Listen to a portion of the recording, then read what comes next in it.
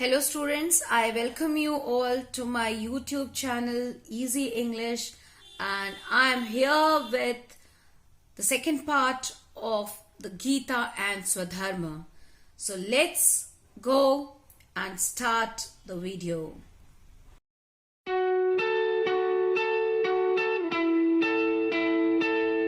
Let's revise what we have studied in part 1.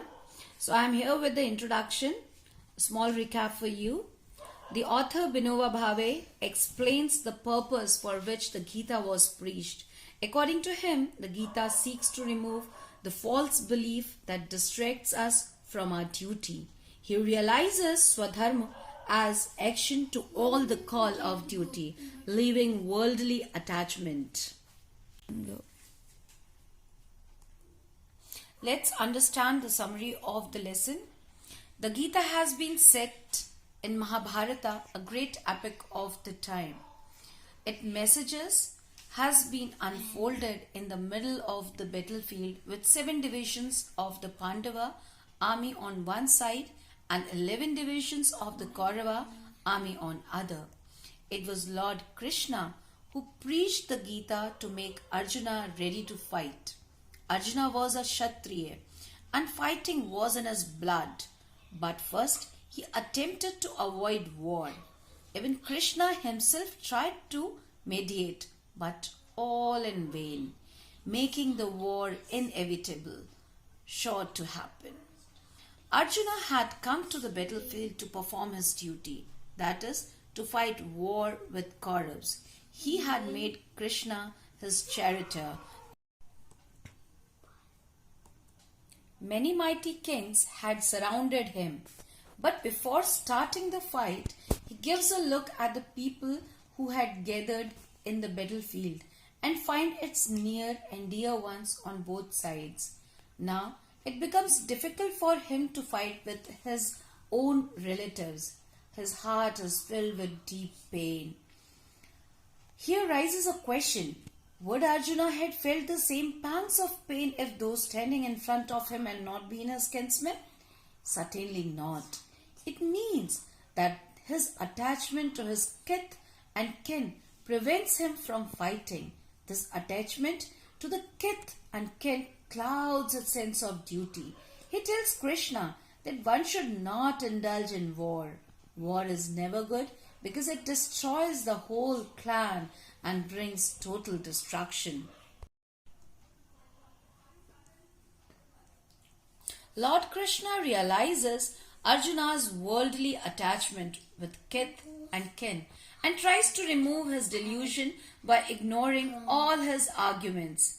He knows very well that Arjuna is not the one who believes in non-violence, but Arjuna is trying to evade it because he is under the spell of delusion.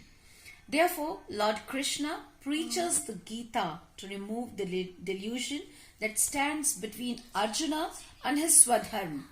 Krishna criticizes him severely so that he may not ignore the call of duty, and at the end of the Gita, Arjuna is totally disillusioned. He realizes what his Swadharma is.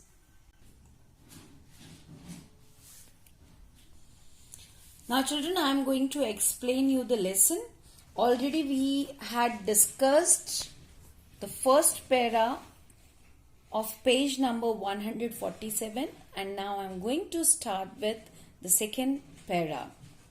So open your book. I am just going to explain you this.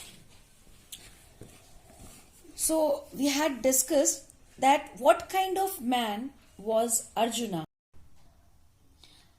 Now children, it's time to explain the lesson. So open page number 147. We'll start with second para.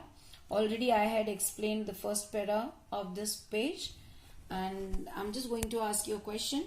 What kind of man was Arjuna? Was he coward? Was he known for his valor? What kind of man?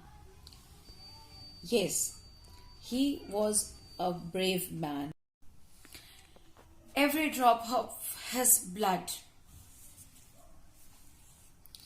It is also said that Gita is meant to take Arjuna willing to fight by removing his inclination towards non-violence. What is inclination? Inclination means jhukav. So Gita is meant to make Arjuna willing to fight the war.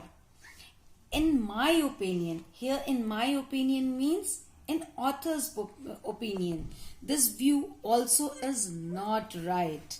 To understand this point, we have to examine Arjuna's standpoint. Let's see what Arjuna is saying. Arjuna had come to the battlefield with a firm resolve. Firm resolve means with firm and strong determination and a sense of duty. Being a Kshatriya, fighting was in his blood. Every attempt to avoid war had failed. The Pandavas had pitched their claims. Here claims means you can say to say at the minimum, and Krishna himself had tried to mediate. But all in vain. But all goes waste.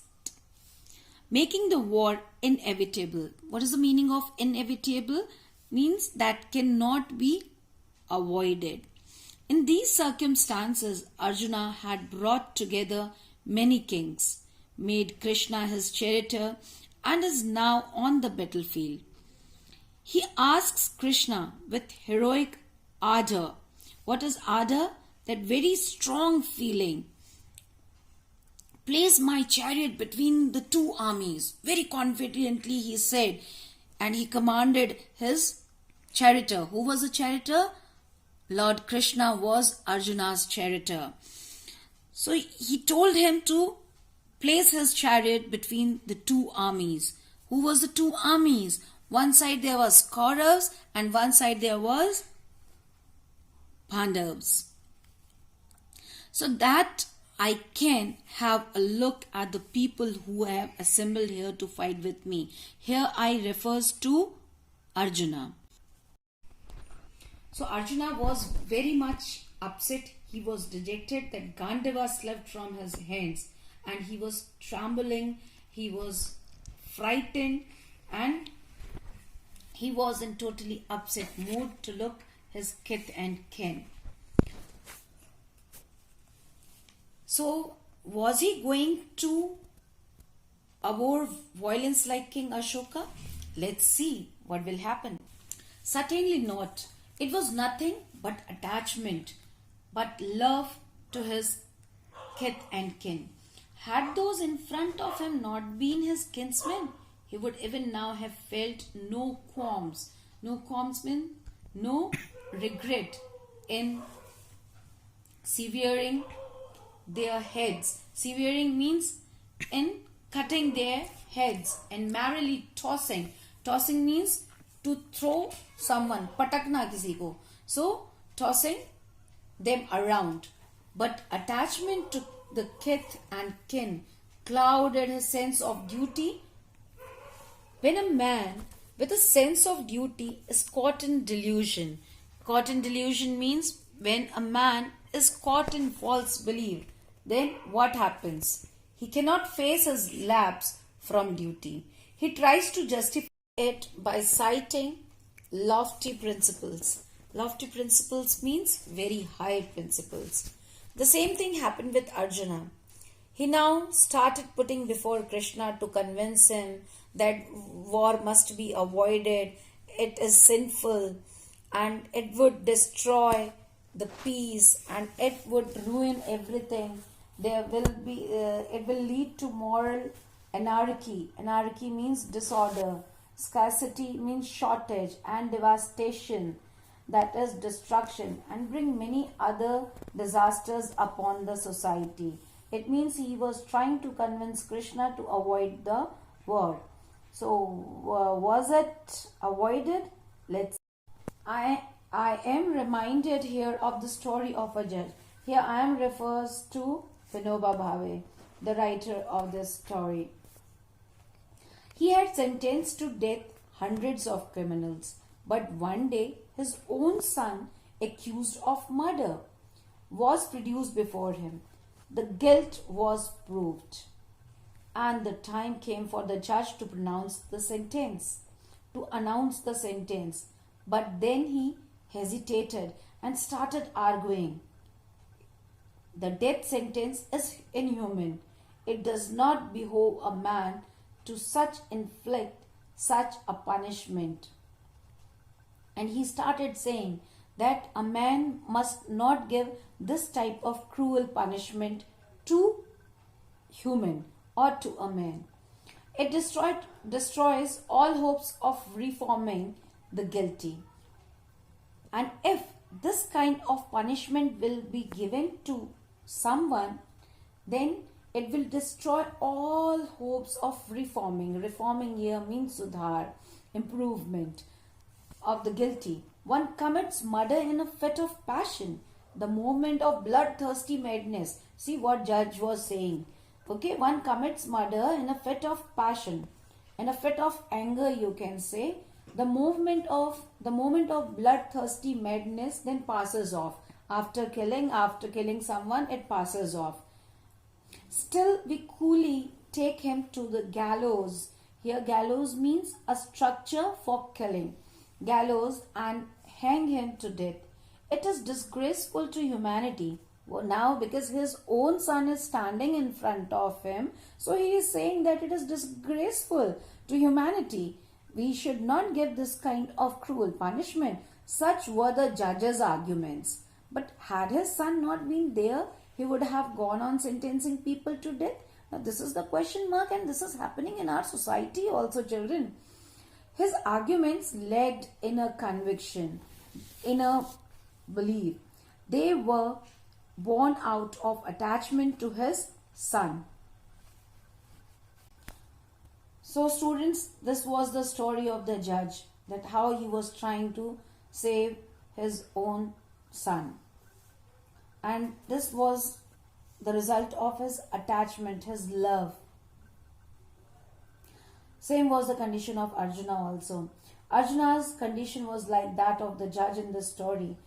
His arguments were not unsound, but the point is that Arjuna was not voicing his own authentic means real conviction, real very strong belief. Conviction means very strong opinion or belief. His words were seemingly wise, but not really so. Krishna realized this. He therefore paid no attention to Arjuna's arguments and straightway proceed to dispel, to remove his delusion. Delusion, that is false belief. Had Arjuna really become a votre here means believer of non-violence, he would not have been satisfied until his arguments had been convincingly answered. But the Gita nowhere deals with them, and yet Arjuna was ultimately satisfied. This means that Arjuna had not really become a votre, become a believer of non-violence, because he had fought thousands of wars. He had killed many warriors. The intrinsic propensity to fight was still very much a part of his nature. That natural tendency, his natural tendency of fighting was still in his blood. War was for him his natural and inescapable duty. But he was trying to evade. Evade means, but he was trying to avoid it under the spell of delusion. And it is the delusion that Gita attacks most pointedly. From all this discussion, it is clear that the purpose of the Gita is to remove the delusion that stands between us and our Swadharma. Arjuna was confused about his dharma. He was gripped by a delusion about his Swadharma. When Krishna castigates, criticizes him, he himself admits it.